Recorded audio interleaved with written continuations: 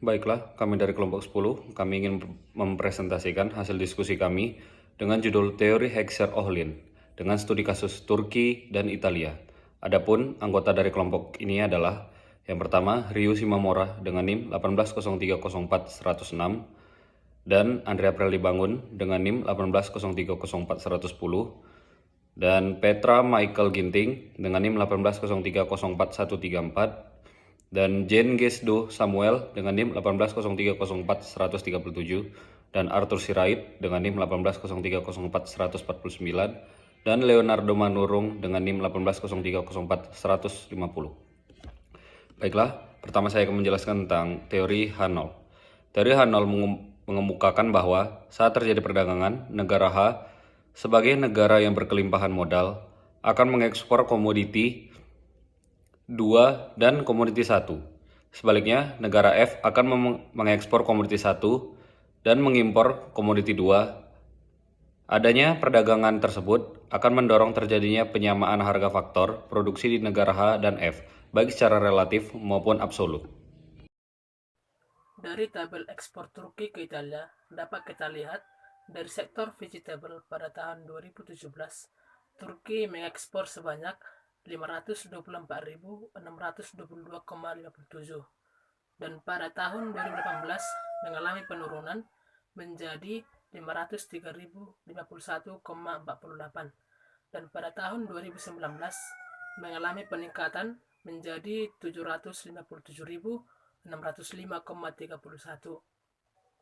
Pada sektor mesin and elektronik, ekspor negara Turki ke Italia mengalami peningkatan.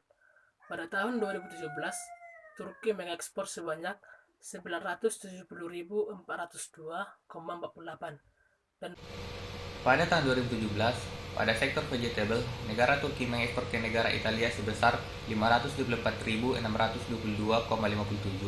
sedangkan negara Italia mengekspor ke Turki hanya sebesar 95.111,74. Hal tersebut menunjukkan negara Turki lebih memanfaatkan faktor tenaga kerja sebagai faktor produksinya dibandingkan dengan faktor modal. Pada sektor mesin dan elektronik, negara Italia mengekspor ke negara Turki sebesar 4.012.094,96, sedangkan negara Turki mengekspor ke Italia hanya sebesar 970.402,98. Hal tersebut menunjukkan negara Italia lebih efisien dengan menggunakan tenaga kerja lebih sedikit. Dan dapat dirumuskan kapital intensif Italia dibagi labor intensif Italia lebih besar dari kapital intensif Turki dibagi labor intensif Turki, atau sama dengan 4.012.394,96 dibagi 95.111,74 lebih besar dari 970.402,48 dibagi 524.622,57, atau sama dengan 42,19 lebih besar dari 1,85. Maka negara Italia adalah negara capital abundant. Sektor mesin dan elektronik, negara Italia pada tahun 2019 mengekspor ke negara Turki sebesar 2.811.169,03.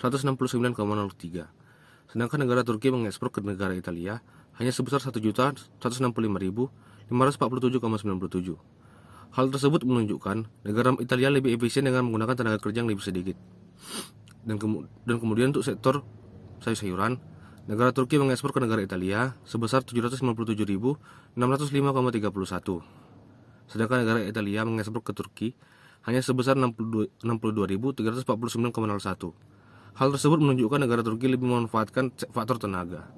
Kemudian dapat dilihat bahwa kapital intensif Italia dibagi dengan labor intensif Italia lebih besar daripada kapital intensif Turki dan dibagi labor intensif Turki, yaitu perbandingannya sejumlah 45,09 lebih besar dibandingkan 1,54. Maka berdasarkan perhitungan ini, negara Italia adalah negara kapital abundan.